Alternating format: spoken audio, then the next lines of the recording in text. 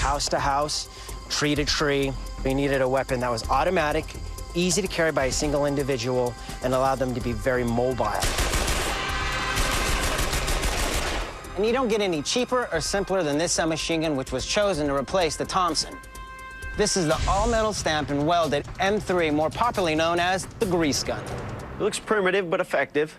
You know, at close quarters, it gets the job done.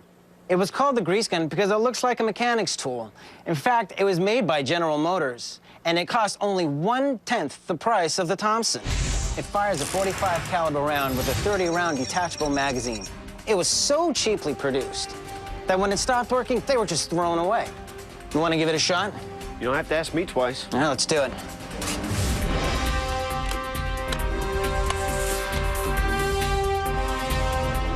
Going hot.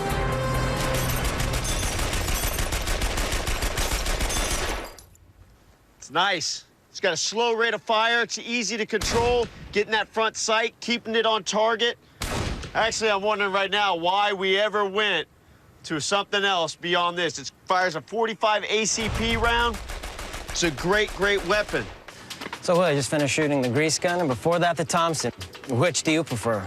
I actually prefer the grease gun. Slower rate of fire allows me to re-index my target faster.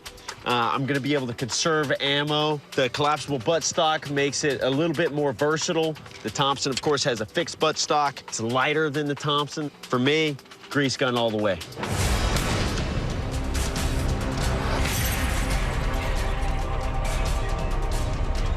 Okay, so this looks kind of like the Thompson.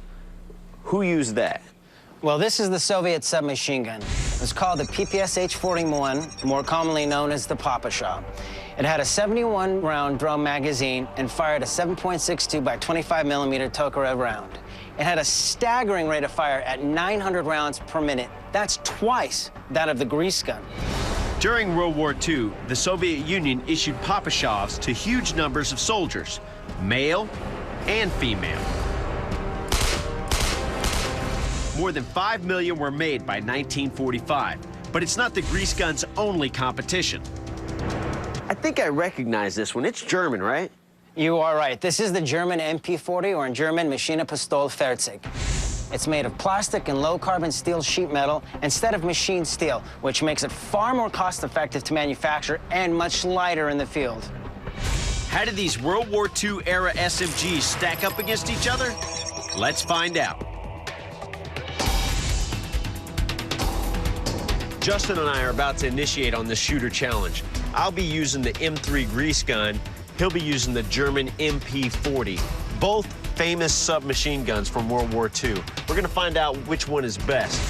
The M3 fires a much bigger round, but the MP40 has a higher rate of fire and a faster muzzle velocity.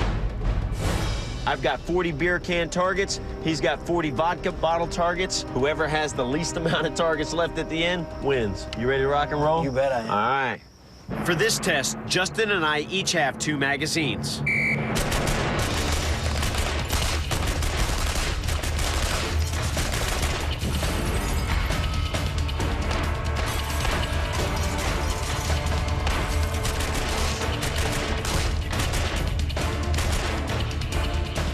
As we each load our second magazine, I can see that even though the MP40 fires 50 rounds a minute faster,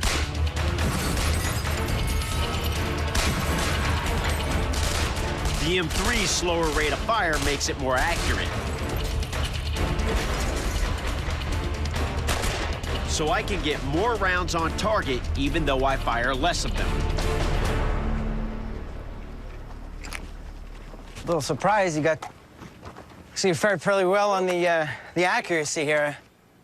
It looks like you had good control of your weapon, and the grease gun really helps out with that weapon. Well, that slower rate of fire, again, helps you re-index your targets really easily. I think they did fairly well, considering the number of targets that we had to fire at. 40 targets. You got roughly 11 targets still standing. I've got 1, 2, 3 targets still standing, and then some that probably fell over because they were scared. Despite their differences, the grease gun and the MP40 are closely matched. Yet within a decade of the end of World War II, both of these top-tier weapons were challenged by a groundbreaking new concept.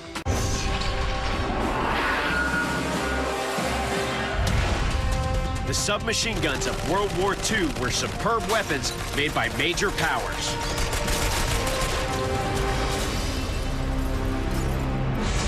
But by 1955, a new submachine gun from Israel moves in at the top of the class. I'm talking about the Uzi. Former Israeli commando Aaron Cohen knows all about this iconic submachine gun and why it's become a legend around the world.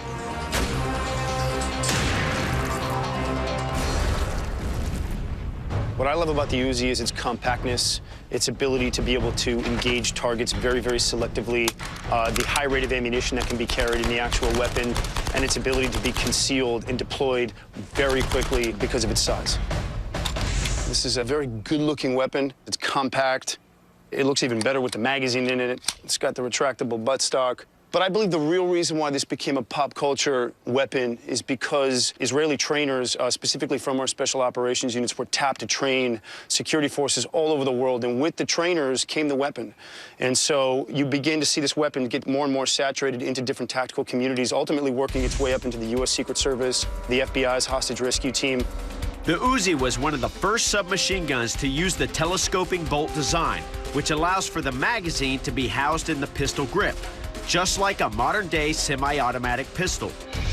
It makes for a compact weapon. At a length of 18 inches, the Uzi is 4 inches shorter than the grease gun. Its 8-pound stamped steel construction means it's light, cheap, and easy to make. Most Uzis fire a 9mm round, but it can easily be converted to fire the .45 ACP and other calibers. In the field, Israeli soldiers speed up reloading by taping 2 magazines together. When one's empty, they rotate to the next, rather than pulling a fresh mag from a pocket or a pack.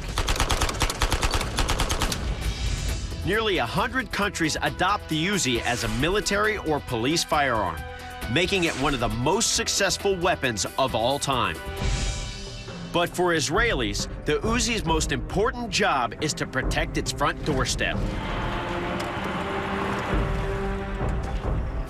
During the Six-Day War, Israeli troops armed with Uzis target the Golan Heights, Syrian territory overlooking Israel. The compact submachine gun is easy to maneuver, improving the odds in a surprise attack.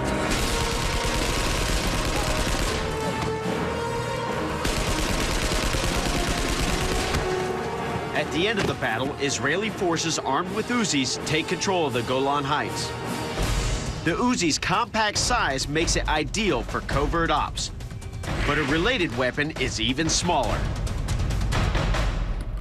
Now this has got to be the smallest submachine gun ever manufactured. That's the micro Uzi Will. It's less than a foot long when it's completely collapsed. This is the final version, the most updated cutting-edge version of the Uzi. In 2003, the regular Uzi was outdated. This is still in our counter-terrorist tool bag.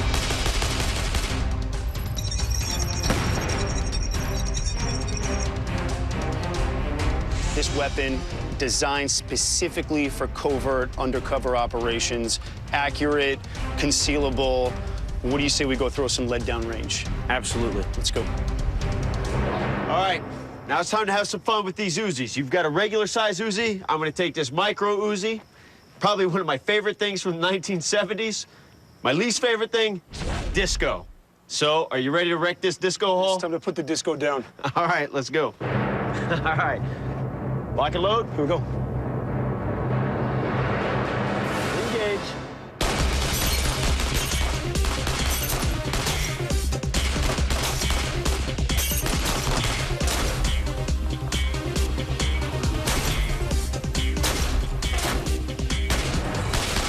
In fully automatic mode, the micro Uzi can fire more than 1,000 rounds a minute.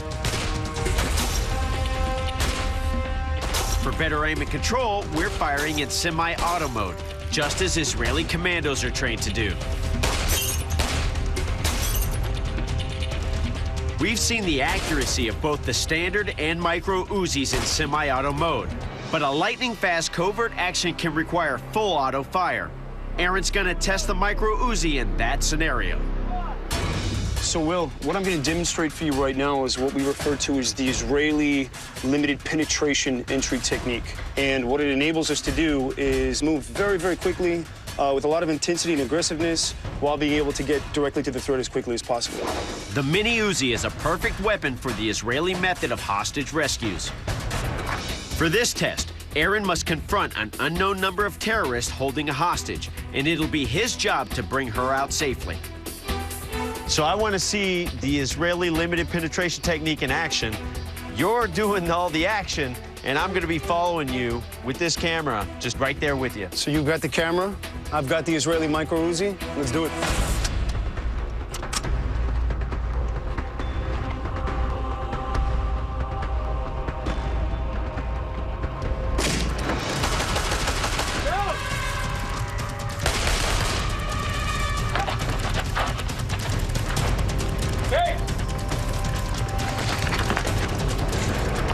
All right, man, that happened a lot faster than I thought it was going to. Very, very quick.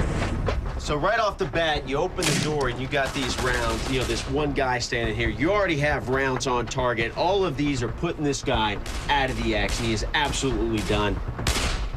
This target drops, and you're moving very quickly down this hallway, and you're engaging your second target from this doorway. From the doorway, I've got 1, 2, 3, 4, 5 rounds on target, multiple shots. Again, this guy's out of the fight before he even realizes that his buddy's down in the hallway. You moved into the room, you secured the hostage, and you were moving out before I even really realized that all the bad guys were down. Aaron's test run with the micro Uzi confirms its value in tight confines and close quarters combat. Few weapons boast the combination of firepower and maximum concealment offered by the micro Uzi.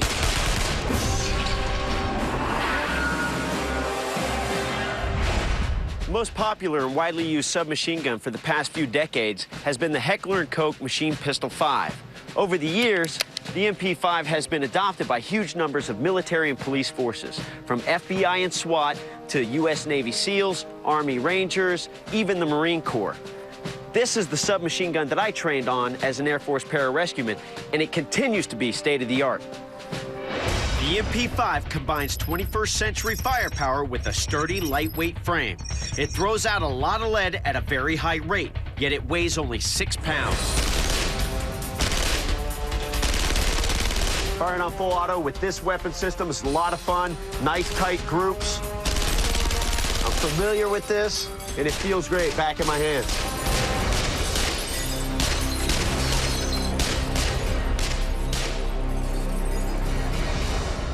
The Uzi reigned supreme until Heckler & Koch pushed it aside in the mid-'60s with their superior MP5. Today, special ops units from around the world have adopted this German weapon as their own. Phil Singleton, former British Special Forces, is giving me the inside story of the legendary MP5. This is the Rolls-Royce of submachine guns or any weapon in a pistol caliber. It is very, very simple to fire, very simple to operate. Anybody can shoot it. Its sighting system is very, very simple and very quick to get on target. Now, these are all modern MP5s. They're different variations. Can you explain the differences to me? Absolutely. This is the first one. This is the MP5, which every other model then was designed from. Nothing really has changed major in this. The main receiver is the same in each one of them. MP5 SD, this had a single job, to fire rounds suppressed, not to give away noise. Muzzle velocity, 1,200 feet per second, an average round. With this, it'll bring it down to about 950, and of course 1,000 feet per second. Anything that goes 1,000 feet per second breaks the sound barrier.